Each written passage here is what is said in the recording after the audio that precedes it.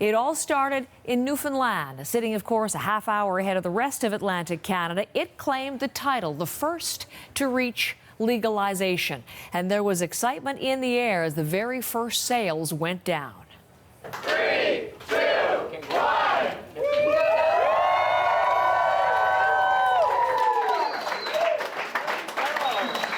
Job done.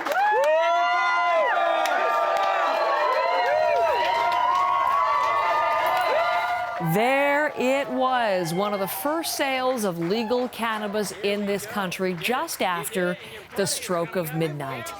Let's head outside that very store, and our Peter Cowan, who's covering the story for us and once again leading off, I heard the cheers, the applause, sounded pretty festive there last night, Peter.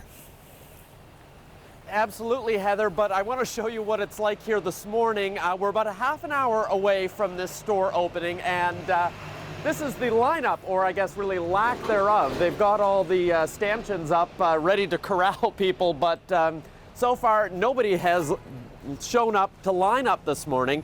I think a lot of the people who were really excited about this, they were the ones who were lining up late last night here at the stroke of midnight, because it was a very different scene at that time, because there were a lot of people who wanted to witness that moment of finally, after years and years of them buying and smoking it illegally, to be able to walk in, buy a gram of marijuana, get a receipt for it, was definitely a bit of a novelty. And for some of those people who went in and bought their first legal weed, here's what the moment was like for them. I feel great.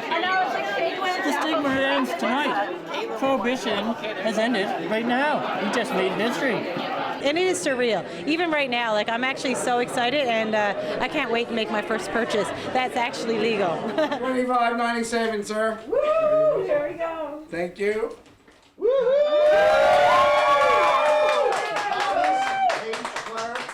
To know that that it's legal, it's been legal for me for years, but to know that it's opening doors.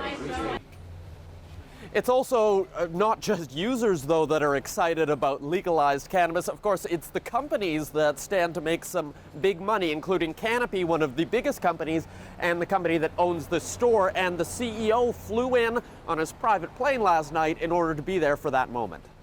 I had people with tears coming up saying, I can't believe what I'm seeing. And, that's a pretty emotional minute for a lot of people who've had to work for a lifetime.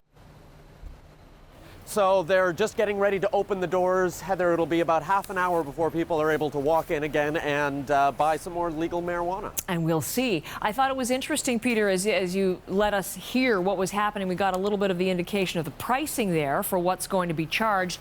I want to ask you about supply. We've talked in recent days about shortage concerns, supply concerns. I noticed online, Alberta Cannabis, for example, the online sales in the province of Alberta, already up this morning. Hang tight, we'll get to you shortly because there are some issues getting supply there. What about supply at that particular store? How's it holding up?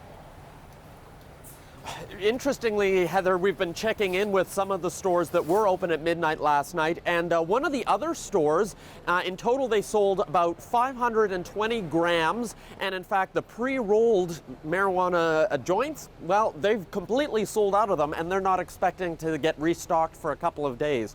So we are expecting that supply is going to be tight. And in fact, out of the 7 suppliers that have been approved here in Newfoundland and Labrador, only 2 of them were able to ship product for opening day today.